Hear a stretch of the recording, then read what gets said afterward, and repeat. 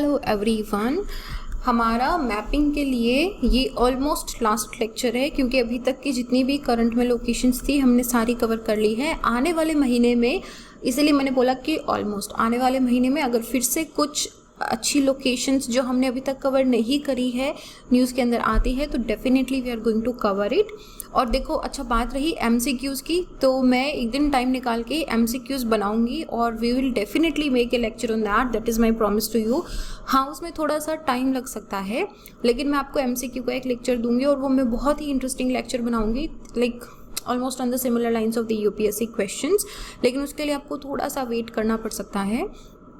तब तक मतलब वो जब आप MCQ करो तब ऐसा भी होना चाहिए कि आपको सारे क्वेश्चन के आंसर आ रहे हों। तो उसके लिए आप हमने जो अभी तक मैपिंग के लेक्चर्स डाले हैं उनको बहुत अच्छी तरीके से कर लो। So you know that would be a great help. तो अभी आज हम मोस्टली इंडिया के अंदर जो इम्पॉर्टेंट लोकेशंस हमारी रह गई है उनको कवर करेंगे, और कुछ 5-6 मुझे वर्ल्ड की लोकेशन भी मिली थी तो उनको भी हम कवर करेंगे। तो इसमें इंडिया एंड वर्ल्ड दोनों की लोकेशंस हैं, बट पहले हम इंडिया के बारे में बात करेंगे।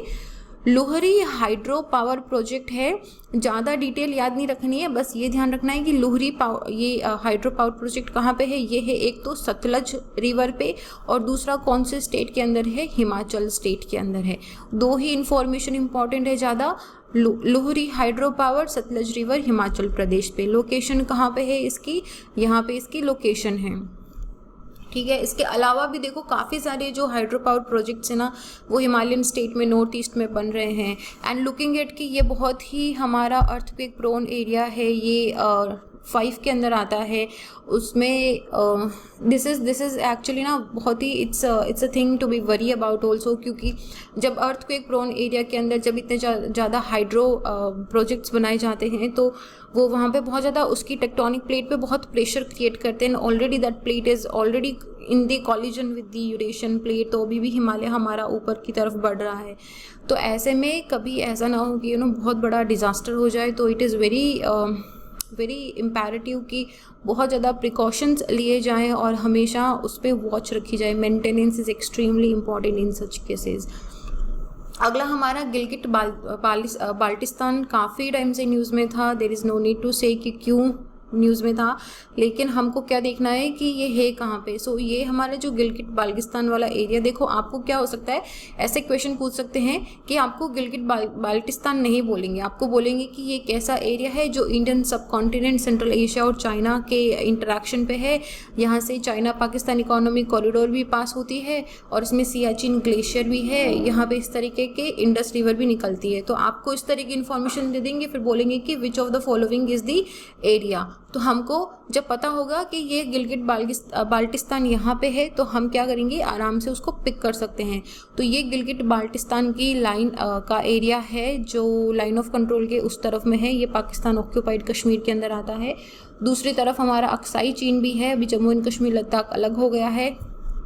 तो जस्ट रिमेंबर कि एरिया कौन सा है यहाँ पे, ठीक है। तो यहाँ पे काफ़ी सारे इंपॉर्टेंट ग्लेशियर्स भी हैं यार, उन ग्लेशियर्स को थोड़ा सा ध्यान से देख लो। पर्टिकुलरली जैसे कि कंचनजंगा, तो आई एम वेरी श्योर कि आप में से सबको पता होगा कि ये सिक्किम के अंदर है। उसके अंदर मिलाम हो गया, गंगोत्री हो गया, जैसे बारासिंगरी हो गया। एटलीस्ट ये ध्यान रख लो कि ये उत्तराखंड और हिमाचल के अंदर है। उसके बाद जम्मू एंड कश्मीर के अंदर ये थोड़ा सा मतलब 2-4 बार पढ़ लो, जैसे गॉडविन ऑस्टिन एक इम्पॉर्टेंट है K2 के ऊपर, सियाचिन हो गया है, लोलोफोंड हो गया, बाल्तोरा हो गया, बाइफो हो गया, हिस्पर, चोगोलुग्मा हो गया। ये थोड़े से इंपॉर्टेंट ग्लेशियर्स लोकेशंस हैं। 2-3 बार पढ़ोगे याद हो जाएगा। इसका चाहे स्क्रीनशॉट रख लो। आजकल UPSC does ask questions from these kind of locations also.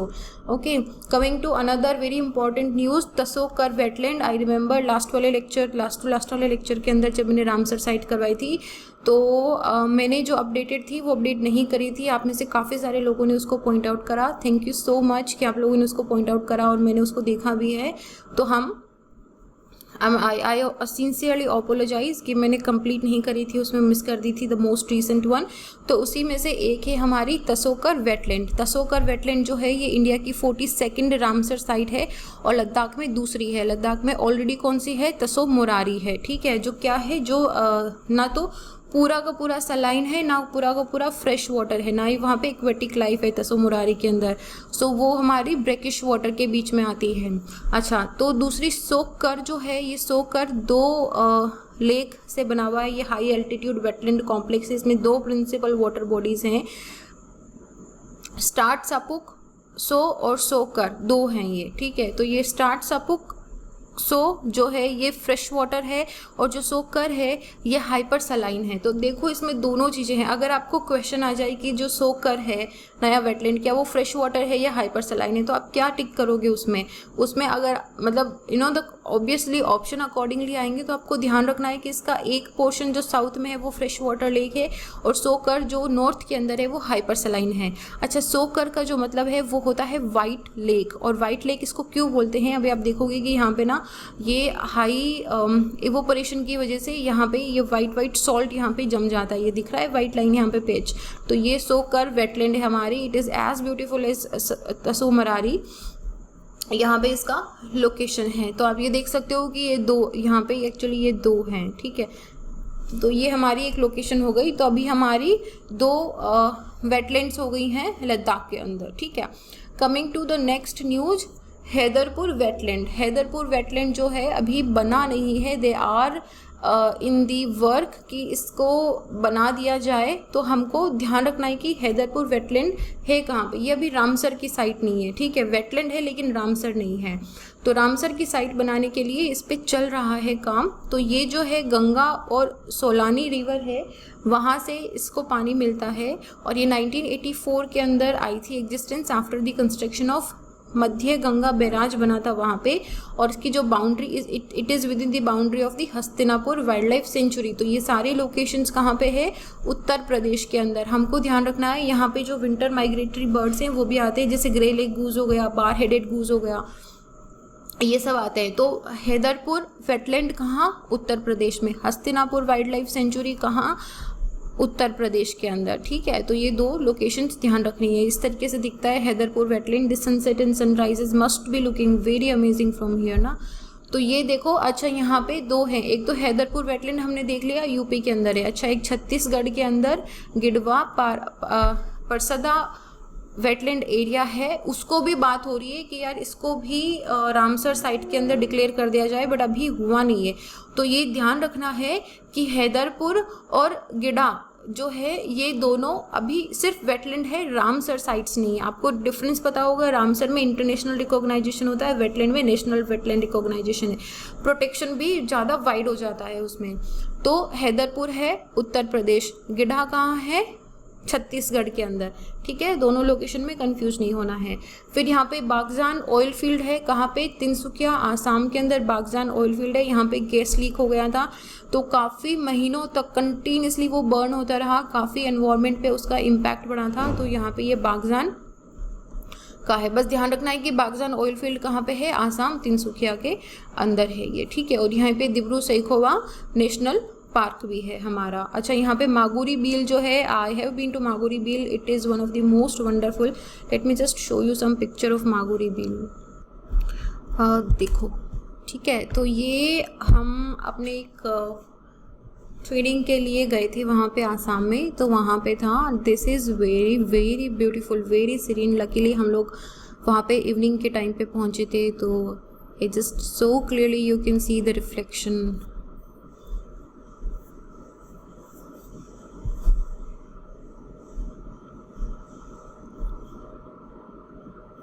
ठीक है। तो this is just to show you कि आपको बहुत सारी जगह घूमने को भी मिलती है once you come into the service, ठीक है।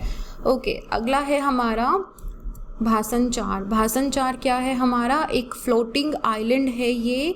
इसको पहले हातिया उपाजिला भी बोलते थे, इसको चार प्रिया भी बोलते थे। ये बे ऑफ बंगाल के अंदर है। यहाँ पे जो रोहिंग्या रिफ्यूजीज़ हैं उनको यहाँ पे ट्रांसपोर्ट करा गया है। नाउ इसके बहुत सारे नाम हैं, आपको डिफरेंट नाम से पूछा जा सकता है। तो आपको ध्यान रखना है कि भासनचार हो गया, हातिया उपाजिला हो गया, चार प्रिया हो गया। चार का मतलब आइलैंड होता है कि टापू टाइप होता है ना, तो उसको अलग नाम दिया गया चार भासन, ठीक है। तो ये सब हमको ध्यान रखना है। यहाँ पे थेंगर चार भी सेम ही चीज़ है। तो ये बे ऑफ बंगाल के अंदर लोकेटेड है। लगभग हमारा जो संदीप सैंडवीप जो हमारा आइलैंड है उससे लगभग 6 किलोमीटर सी दूरी पर है। तो ये हमारा यहाँ पे बांग्लादेश के पास पे। तो अच्छा ये भी ध्यान रखना है कि ये इंडिया का पार्ट नहीं है, ठीक है, it is a part of the Bangladesh.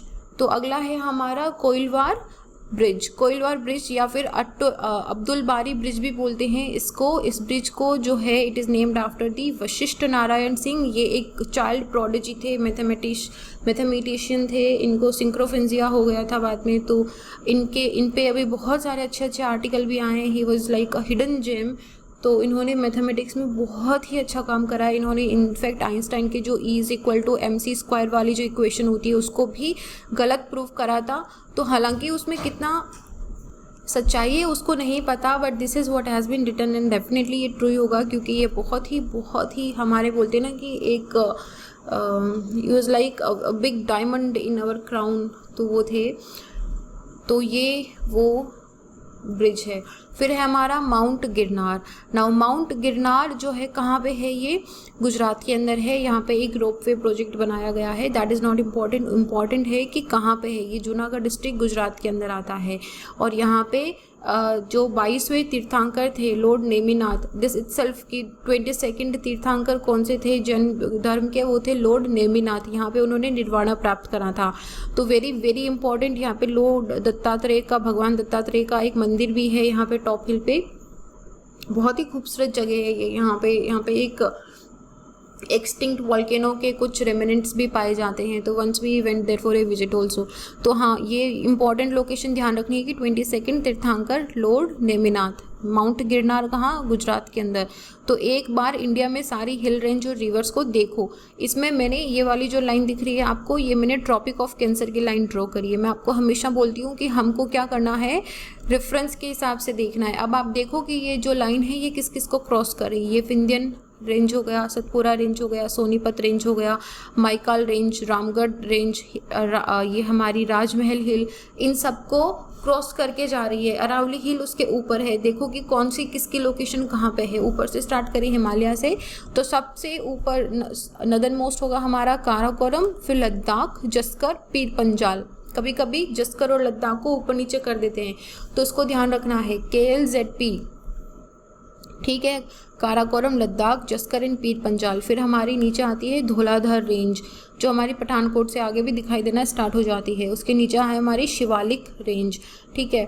फिर यहाँ पे एक बार नॉर्थ के अंदर मैंने एक बार करवा दी है आपको सारी हिल्स, लेकिन फिर भी एक बार फटाफट से देख लो कि अरुणाचल की तरफ है हमारी डाफला बोलते हैं इसको, Mishmi hills. As we come downwards Nagaland की तरफ, नागा हिल, और उसके नीचे है बरेल हिल्स, बाईरेल हिल भी बोलते हैं इसको। तो यहाँ पे जो कामाख्या देवी का मंदिर है उसको ब्लू माउंटेन भी बोलते हैं, ठीक है। और यहाँ पे हमारी गारो खासी जंतिया है, यहाँ पे मिकिर हिल भी है, और नीचे मिजो हिल है। और ये हमारा पूरा नॉर्थ ईस्ट का चार्ट है। इसको आपको ध्यान रखना है, अरेंजमेंट साउथ टू नॉर्थ या नॉर्थ टू साउथ या east to west direction wise भी आपको ध्यान रखना है। ओके, साउथ के अंदर भी हम इसकी लोकेशंस कर चुके हैं कि कौन सी कहाँ पे है। मैंने just for a reference point इस मैप को रखा है। There is no sense of me going much deeper into this map, क्योंकि ये मैप हम ऑलरेडी कर चुके हैं। ये सिर्फ आपके रेफरेंस पॉइंट के लिए है कि किस तरीके से हमको पूरी जो लोकेशन है उसको देखना है, ठीक है। फिर है हमारा जोगीघोपा। जोगीघोपा जो है ये कंट्री का पहला मल्टी मॉडल लॉजिस्टिक पार्क है। ये आसाम के अंदर है। बस इतना ध्यान रखना है, जोगीघोपा कहाँ पे है, मल्टी मॉडल लॉजिस्टिक पार्क है। लोकेशन कहाँ पे है, आसाम के अंदर। ये हमारी लोकेशन है अपर आसाम के, ये ब्रह्मपुत्र के ऊपर नदन आसाम के अंदर ये लोकेटेड है ये, ठीक है। फिर है हमारी नेचीपू टनल। नेचीपू टनल का बस ये ध्यान रखना है कि कहाँ पे है, अरुणाचल प्रदेश के अंदर है ये, ठीक है। ये हमारी नेचीपू टनल यहाँ पे है। ये प्रपोज ट्रांस अरुणाचल हाईवे है। ये अरुणाचल के अंदर कनेक्टिविटी को बहुत ही स्मूथ कर देगा यहाँ पे, ठीक है। तो ये बस लोकेशन ध्यान रखना है। जोगीघोपा कहाँ, आसाम के अंदर, और नेचीपू टनल कहाँ, हमारी अरुणाचल के अंदर। नंदकनन जो हमारा जूलॉजिकल पार्क है वो काफ़ी न्यूज़ में रहा है, क्योंकि this is the only zoological park in India जो world association of zoos and aquarium के साथ का एक इंस्टीट्यूशनल मेंबर बना है। तो यहाँ पे वाइट टाइगर भी दिखते हैं। और ये चांडका दामपारा वाइल्ड लाइफ सेंचुरी जो हम ऑलरेडी कर चुके हैं, कहाँ पे है ये लोकेशन, उड़ीसा के अंदर।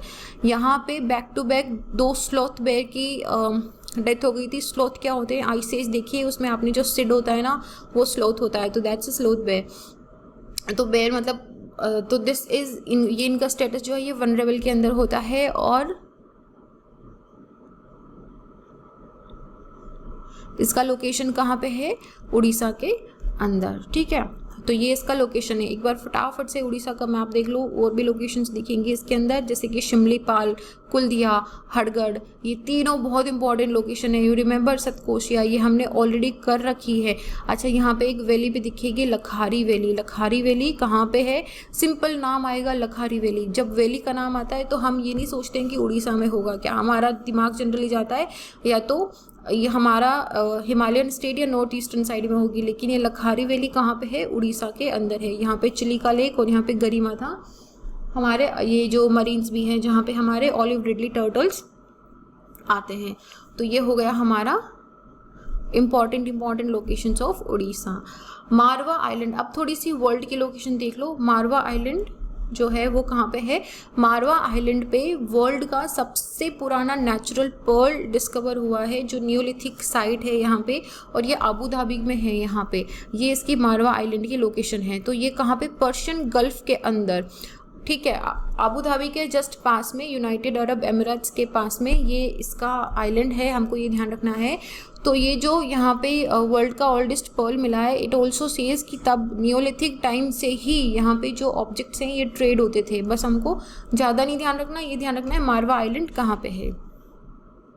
उसके बाद में एक ग्लेशियर है, ओकोक्जुल ग्लेशियर। ये नाम से ही पता चल रहा होगा कि आइसलैंड का है, और आइसलैंड का दिस इज़ अ ग्लेशियर जो पूरी तरीके से लॉस्ट हो गया है क्लाइमेट चेंज की वजह से। आप देख सकते हो कि इट्स कम्प्लीटली लॉस्ट। तो यहाँ पे आइसलैंड के लोगों ने यहाँ पे एक प्लेक रखा था, a letter to the future.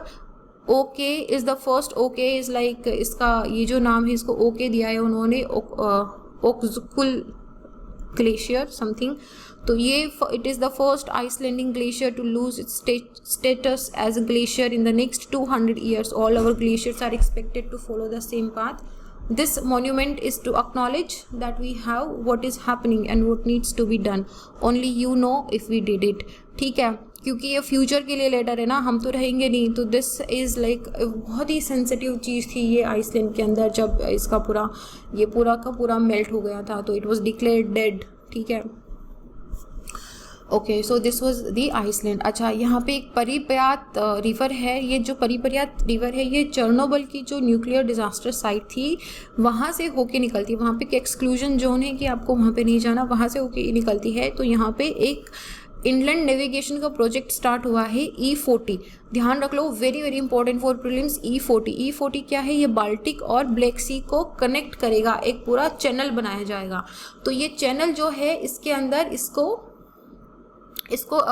परिप्यात river को ड्रेज करा जाएगा, मतलब कि इसमें से जो मिट्टी है उसको निकाली जाएगी। तो यहाँ पे जो वर्ल्ड वाइड फंड है WWF, उन्होंने मना करा है कि आप ऐसा मत करो, क्योंकि वहाँ से जो रेडियो एक्टिव कंटेमिनेशन है वो नीचे जब पानी, this is a very important river for the Ukraine, जो उसकी कैपिटल कीव है वहाँ पे इसी रिवर पे लोकेटेड है, और लगभग 28 मिलियन लोगों को ये पानी देती है। तो अगर आप इसको ड्रेजिंग करोगे तो रेडियो एक्टिव कंटेमिनेशन जो है वो आगे के पानी में फ्लो हो जाएगा, और आगे के this would be very dangerous.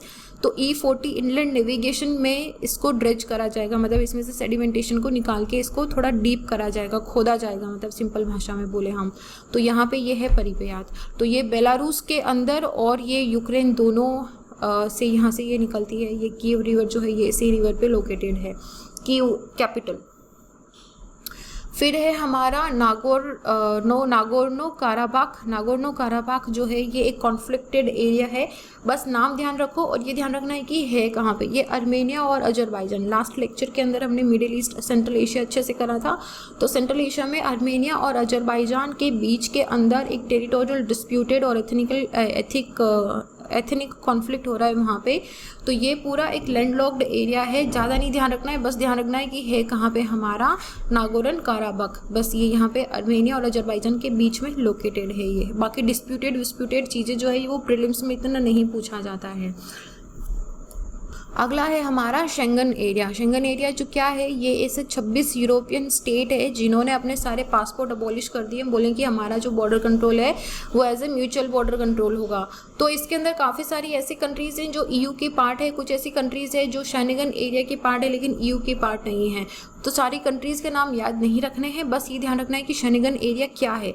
ये 26 यूरोपियन स्टेट है जिन्होंने ऑफिशियली अपने पासपोर्ट अबॉलिश कर दिए हैं आपस में, and all other type of border control जो है वो भी उनके म्यूचुअल बॉर्डर बन गए हैं। तो ये जो आपको पर्पल वाला एरिया दिख रहा है ना, ये कंट्रीज़ वो है जो ईयू यूरोपियन यूनियन की पार्ट भी है और शेंगन की पार्ट भी है।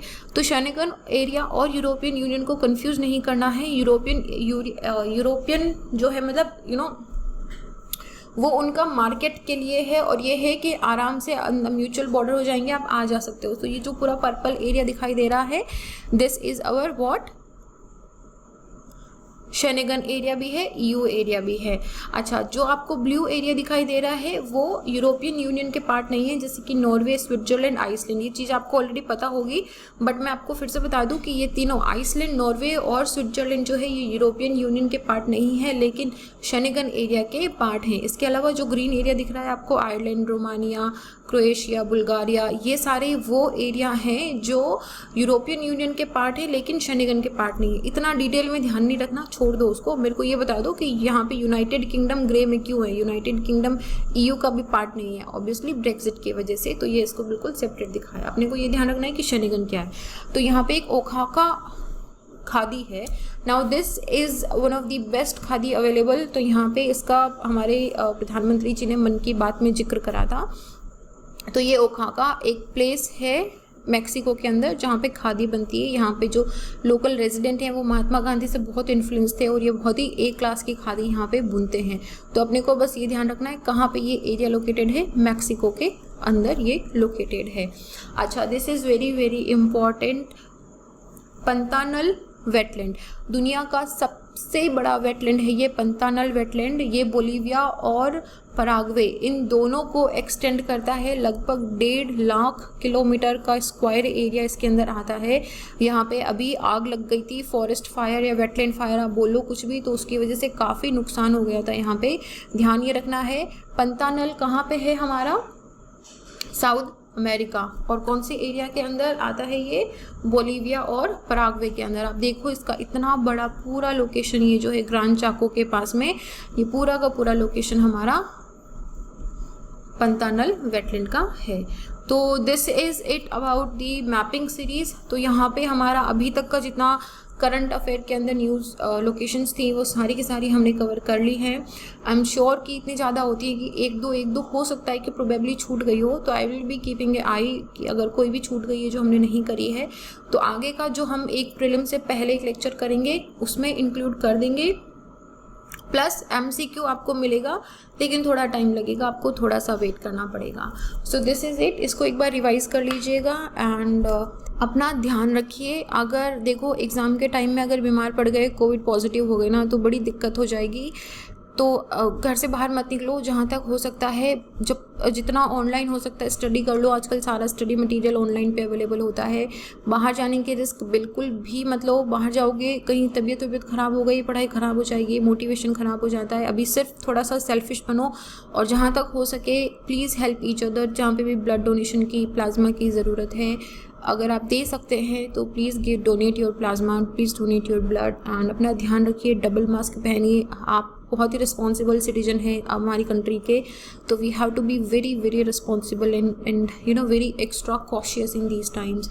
एंड बस हिम्मत रखिए और अपना ध्यान रखिए, सब कुछ ठीक हो जाएगा, सब कुछ ठीक हो जाएगा। So this is it, thank you.